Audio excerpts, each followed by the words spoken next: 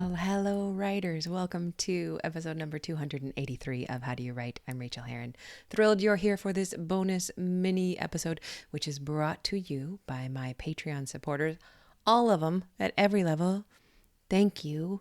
I really mean it. The $1 patrons are amazing and awesome, as are all my patrons at every level. You allow me to do this work. You pay for my time to produce and host this show. And also, if you're at the $5 a month or up level, you get to use me as your mini coach. You ask me any question you want about anything, preferably writing related, but whatever. And I will answer it on this podcast for you. If this makes you nervous, if you've thought about it, but you're like, I don't want to ask that and have my name attached, you and I can have a conversation about that, and we can redact your name. We can change your name. I know that I have a bunch of patrons at this level, and y'all could use me more. So I don't want you ever to feel weird or scared to ask anything. This collection of questions, I've got 3 questions, but there's a bunch of questions within those questions. They're fantastic and awesome, and I can't wait to answer them. And also, they're important. So let's get into them, shall we? This first set of questions about beta readers is from Tuomas. Hello, Tuomas. All right. He says, my book has gone through the structural editing phase, but I should hold off on the copy editing until the beta reader phase is done, right? There are a lot of questions, and they are stacked about beta readers, so I'm going to answer one at a time. So you've done the structural edit. You've got the developmental editor who has done the structural edit with you. It's also often called the content edit or the story edit or the developmental edit. But you've done that big one. You've done the big revision. And now you are thinking about moving on to the next stage, which is copy editing. Fantastic. I'm going to go up to the 30,000 foot level and talk to you about how I feel about beta readers. Beta readers, especially in the indie community, in the self-publishing community, beta readers are often treated as necessary. And I would like to be very clear that they are not. What is a beta reader? A beta reader is someone who reads your work, usually for free, to tell you what they think about it, to raise any big flags about, oh my gosh, I just cannot believe this character would do that. Why would that happen? Or why would she say that? Or that's not in her character, or this part of the plot didn't make any sense. And they can be very helpful if you are very careful. I think that beta readers are often a good thing to utilize if you are going to self-publish, because if you are going through an agent and they get you a traditional deal, you've got a lot more eyeballs on this project. Sometimes beta readers can help us if we are publishing independently to feel a little bit more confident in this story that we have moving forward. And that can be great. Here is the danger of beta readers. They are by their very nature not professional. You are not paying them. You're not entering into any kind of contract with them. You're asking them for a favor. This is not something like hiring a sensitivity read, which you should always pay for. This is a favor usually done by people who really enjoy reading in this genre. That is crucial. You have to be able to find people who enjoy reading in this genre. A beta reader is not your sister. It could be if you have written a memoir and your sister is passionate about memoirs, but a sister or a very close friend, they are often too close to you to be a good beta. If there's something crucially, direly important that they want to point out to you, but they don't want to hurt your feelings, they're kind of useless to you. So if you're going to use beta readers, I like to use beta readers, preferably that you don't know very well, but that you have perhaps conversed with a little bit to know that they would be right for you. This question, let's go. Wait. Before we go back down into Thomas's questions, I just want to make sure that I say beta readers can be harmful. Used or deployed at the wrong time, they can kill a book. I have seen people use beta readers at the wrong time, too early, or the wrong beta readers and the books go up in flames so that not even the ash is there. There's no residual ash to even tuck in a drawer for the writer to work on later, because the beta reader was either mean and unhelpful, or even worse, polite and unhelpful, incorrect and unhelpful. Those are the kind of things that can wreck on an author's confidence. And then that book doesn't get out in the world, and that pisses me off. So in early drafts, in your first couple or 3 or 6 revisions of a book, I never recommend beta readers at all. They are not welcome in this process. Beta readers are really to point out holes in plots, holes in motivation, things like that. So you can, if Thomas, with all these questions you're asking me, I believe that you are convinced that you could benefit from some beta readers. I know that you are independently publishing this book, and I know you personally, and I think you can handle it. So I think that this is probably a great decision for you to make, to get some beta readers. You can, and this is where it's author's choice. If you want to use them before copy editing, you can. And if you want to use them after copy editing, you can. However, if you think that they might find some things that you might want to adjust, which they might or might not, then yes, I would do it before copy editing, because anytime you go back into the draft after copy editing, you will be introducing errors.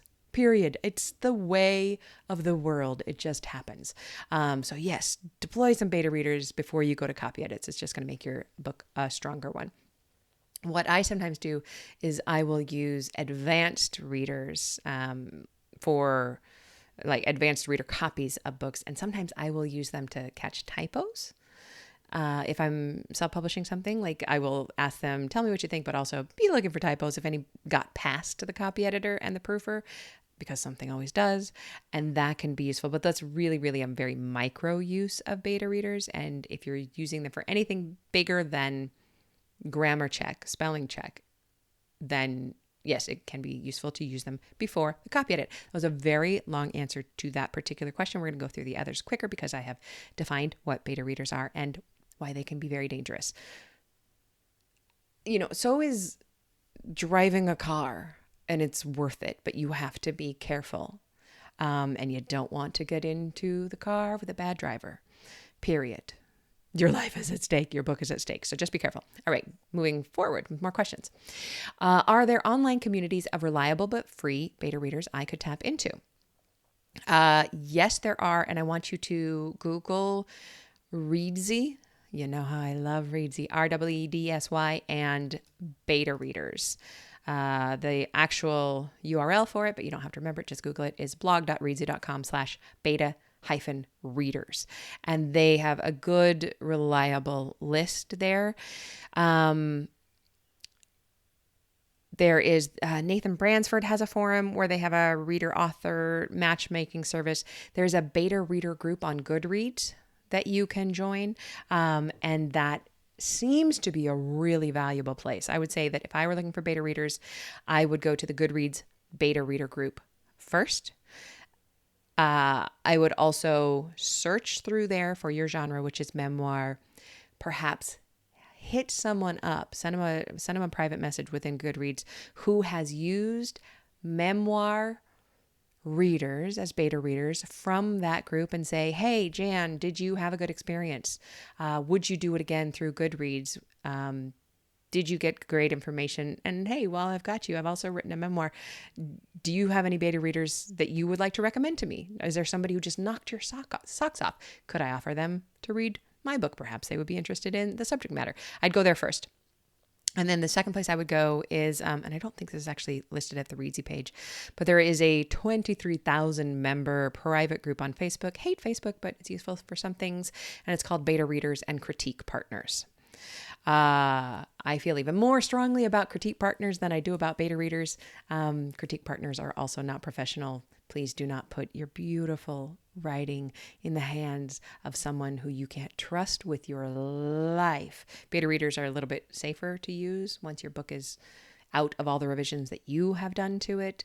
But people who use critique partners to send 5 or 10 pages back and forth, they work with those critique partners for years and nothing ever happens because the critique partner gives them advice and then they act upon the advice that they've been given, but their books in the meantime are not getting written because they are so stuck at the beginning of the book, going over and over the beginning of the book or the middle of the book or wherever it is that you're stuck with your critique partner. The book has to be written first, my friends. You've heard me say this a million times and you'll hear it a million other times. Write the book first, revise the book first, and then start looking for outside help, but not until then. I love how heated up I get about this.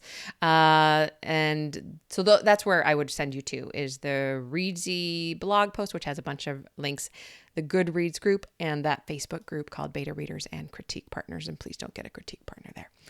Okay, I think I've made that very clear. Let's see. Next question about it is, I'm a member of several memoir writing groups on Facebook. Do you think it would be a good idea to ask for beta readers there? Yes, absolutely. Yes. They're already thinking about memoir and studying memoir. And oftentimes if you're dealing with other authors as a beta reader, yes, it's free. You're asking them to do a free service for you, but you do need to be willing to return it to them if you are dealing with other writers. Oftentimes, my favorite beta readers that I have used in the past have come to me organically because they loved my books and that's how I got to them. That's how they got to me. But they're just readers. I love beta readers who are just readers and not writers. If they are passionate about the genre in which you write, because this is the gold right here. They will come to you and they will say, this didn't feel right. I didn't like this part. And they can't tell you anything else, which is great because that puts all of the control into your hands to figure out what they were feeling and why and what you could or should do if there is even a should in there. So yes, go ahead and ask and be prepared to repay that, which is just good karma anyway. How many beta readers should I try to find? Author's choice. In the past, I have used one. I have one favorite beta reader. And whenever I write romance or women's fiction, she's the one. She's my gal. I rely on her 100%. She will be completely honest with me. Always. Thank you, Laura Jean. She's not a writer. She's a reader. Or you could have, oh God, what's a terrible number? I would say anything more than 10 is terrifying.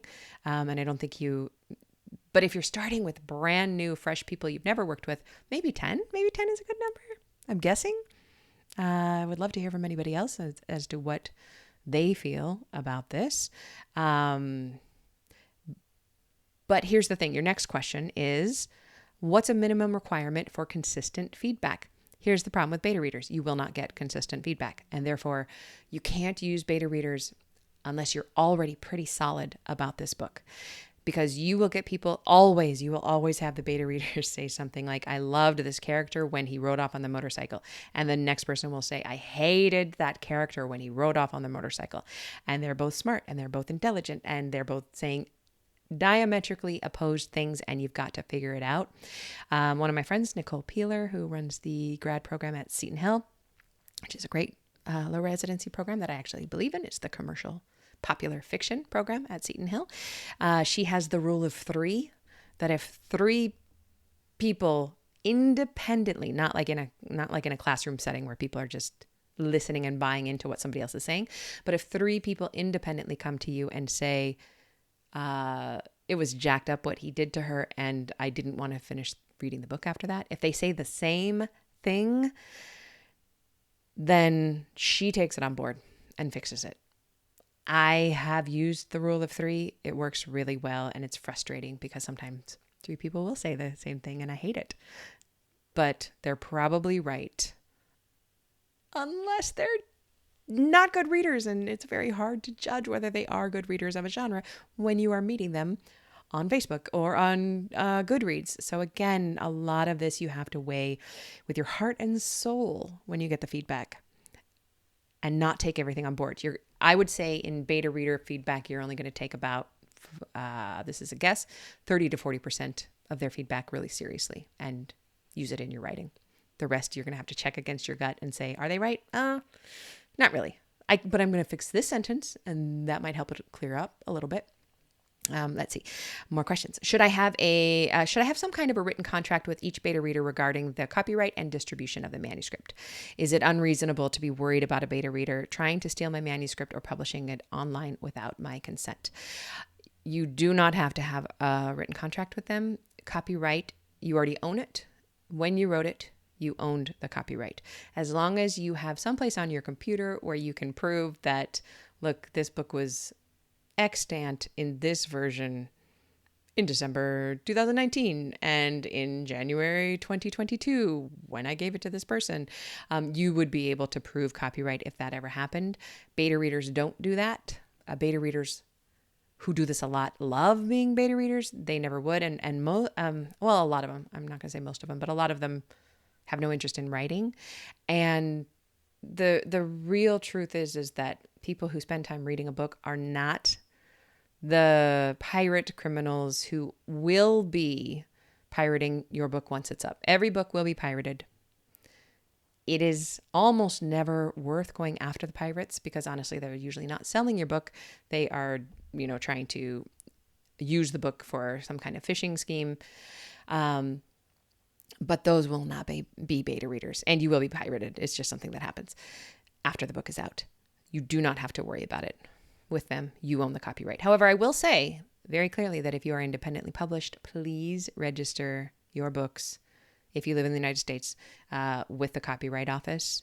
It makes proving that you have been actually plagiarized, if that happens, so not piracy, but if you get plagiarized and somebody tries to steal your book from you that way, it makes the lawsuit so much faster. And I have seen this in action. So do spend the $35 or whatever it is. Might be up to $50. I can't remember, to register with the Copyright Office. That is important.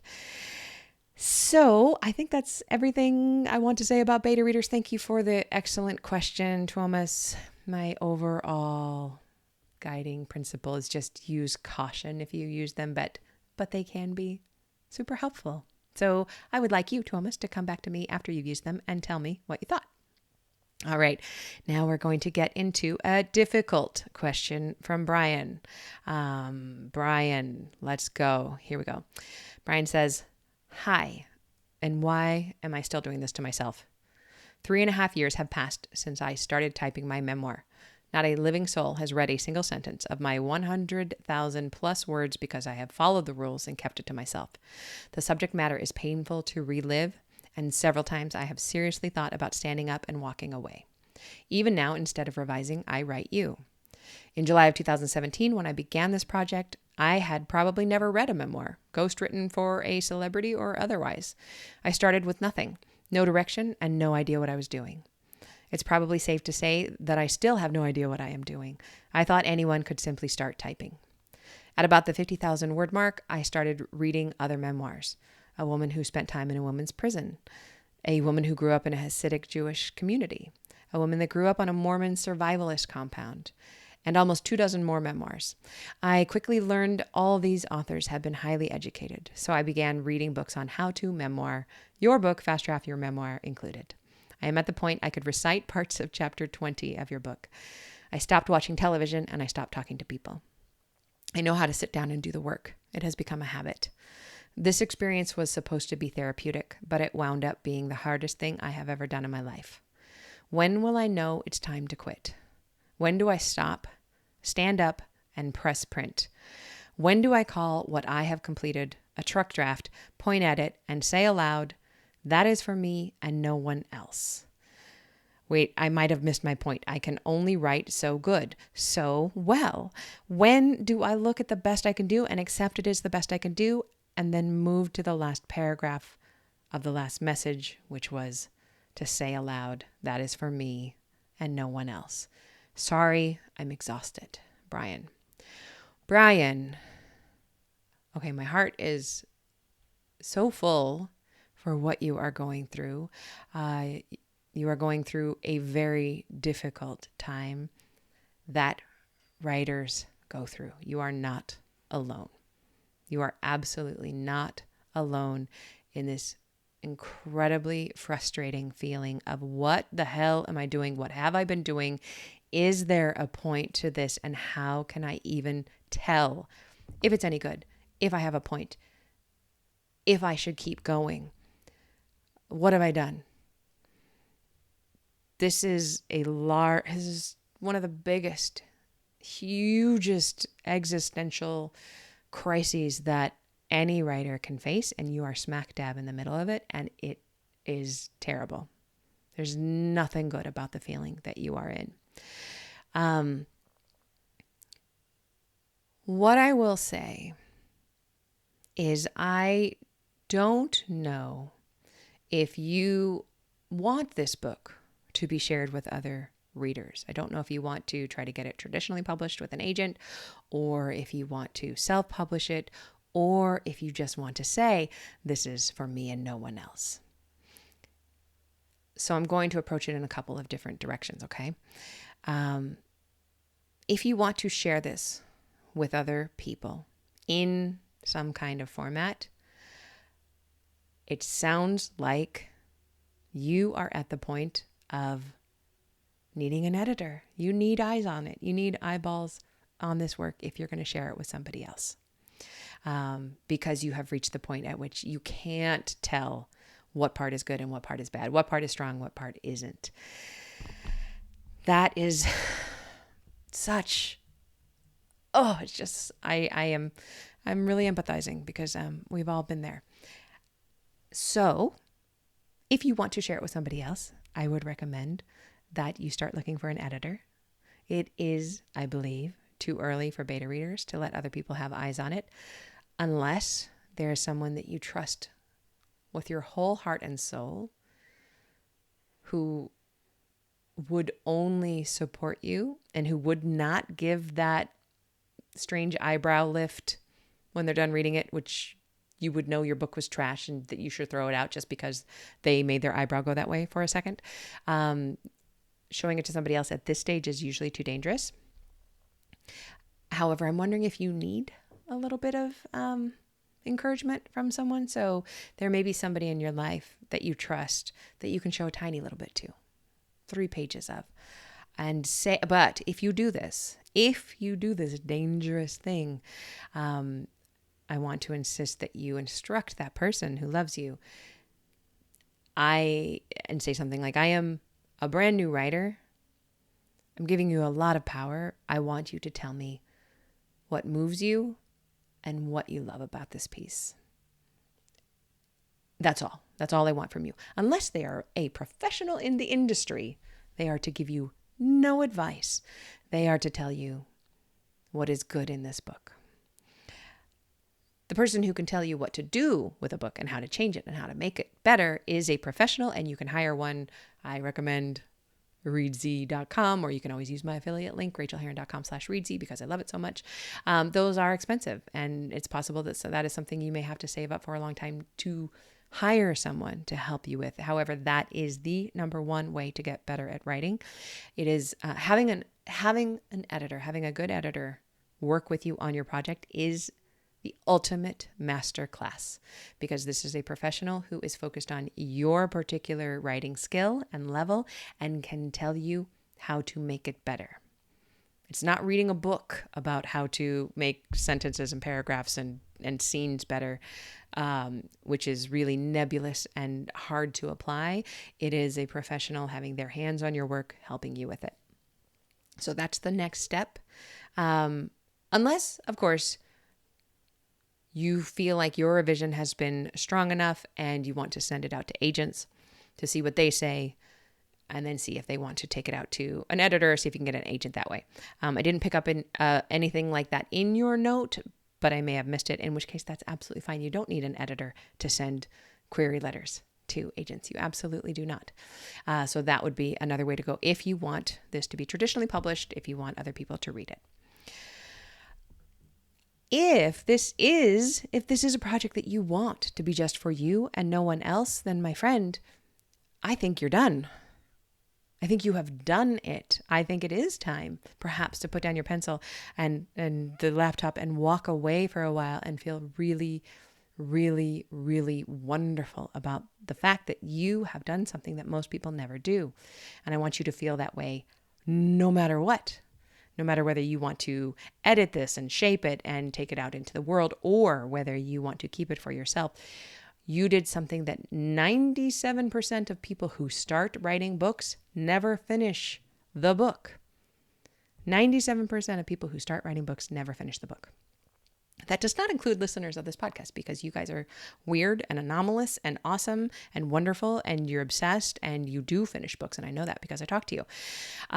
Brian, you finished your memoir. You spent years crafting your memoir, and that is incredible. And I want you to feel incredibly proud about this amazing, incomprehensibly wonderful thing that you did for yourself.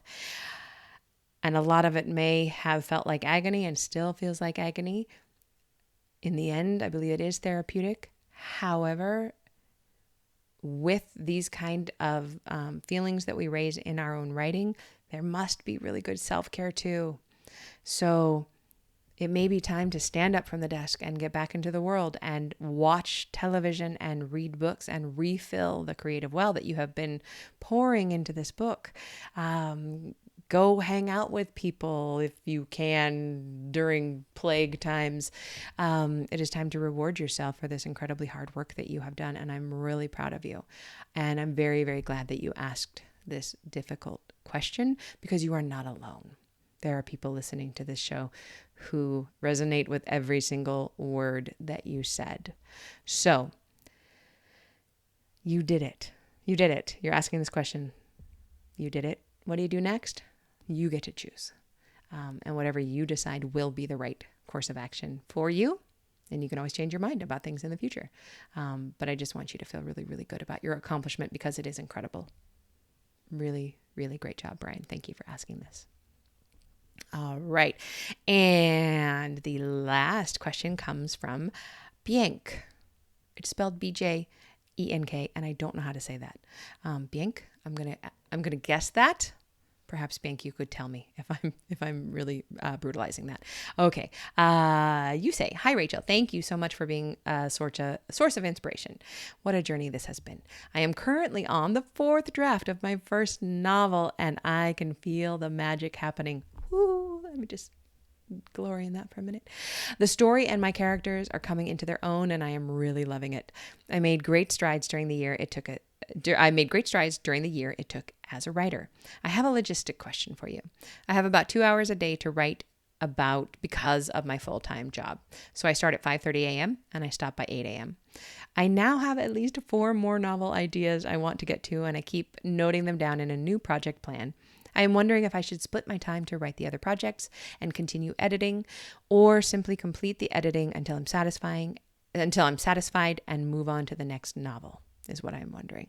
I am learning what works for me, and I am just worried that editing is slowing me down. In your podcast, you mentioned you write in the morning and then edit in the afternoon. For now, I only have early mornings. In your experience, what worked best? My kindest regards. I believe you might be catching up in my podcast, because nowadays I really write and revise in the mornings, and afternoons are reserved for all the business side of stuff and for teaching. So I do have a strong opinion about this. I really do. After many years of trying many, many different things, here's what I have found for me and for the writers around me. I have found that if I have, I like this. If I have 2 hours a day, that's 10 hours a week. If we're looking at 5 days a week of work, you got 10 hours a week. In this week, you could progress 1 book forward by 10 hours, or you could progress 2 books forward by 5 hours if you were to split it right down the middle. That 10 hours devoted to 1 book is going to get that book done so much faster, literally twice as fast as if you halved that time and gave it to something else. I always try to write more than one book at a time. And a lot of times, this also may be what I have said in the past, is that I will be working on a project, but then I'll have something in copy edits or something that needs to be done on a deadline, structural edits or something. So I'll keep writing in the morning, and then I will be doing what I need to for the deadline in the afternoon. But that is a lot smaller, and that is hard for me to do, and I don't really do it anymore. I tend to take all of the time I have and throw it at one project until that project is done, and then I get to throw all of that energy at the next project. And that is how my projects get done. When I try to, and I have tried many times, to, here's my 10 hours, I'm going to give 6 hours to this project, 2 hours to this one, 1 hour to this one, and I've already forgotten what I said, so whatever hours left to the other one, nothing gets done. Nothing gets done. And I don't know why that is. They should get done. But instead, everything seems to slow down and nothing ever finishes and nothing gets off my desk.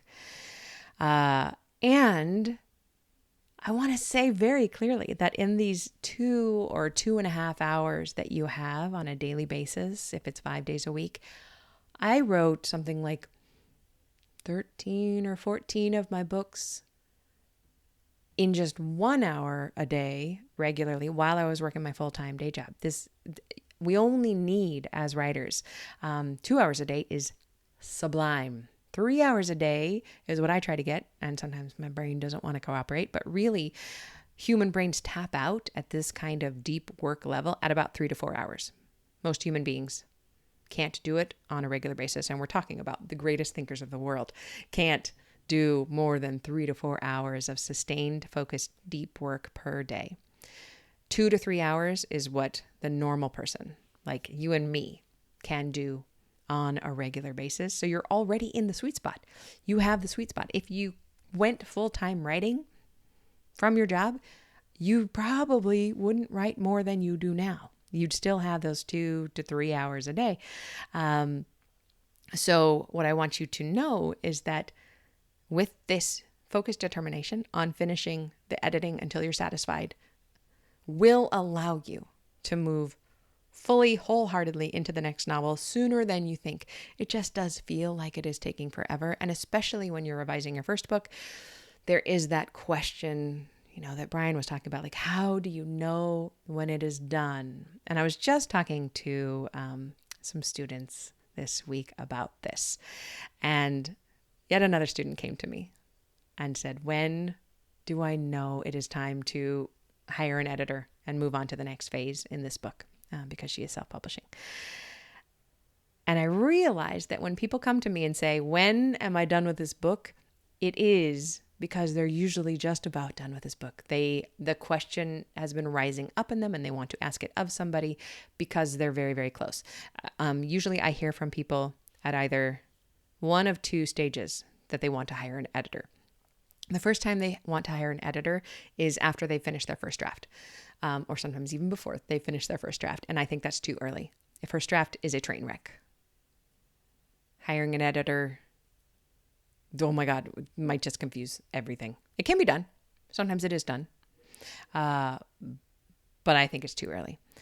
But after the person has done the big second draft, and then they've done a third draft, and then they've done a fourth, or they're doing passes or whatever it is that you do it where you are, it sounds like you're very close to being done, Bank. So keep going. Throw all of that time you have at this book and then move on to the next one. You have enough time. You have a great, wonderful amount of time to spend on this. And that's my advice. And you can throw it out if you don't like it, but that is my experience on the ground and watching other people do this. I always think of it like the debt snowball method, if you've ever heard of this. Dave Ramsey, who is a bit of a tool, but he is a financial guru kind of guy, and he came up with the debt snowball payoff scheme. So if you've got, say you've got 5 credit cards, you can rank that. You've got 5 credit cards that you want to pay off, and they've all got different rates of interest. Yes, it makes sense to pay the minimums and then pay whatever leftover money that you have, put that toward the card with the highest interest rate. So that gets chopped down a little bit faster. However, he does not push that. And when I was doing this kind of debt payoff for myself, his method really worked for me, that I chose the smallest amount of debt.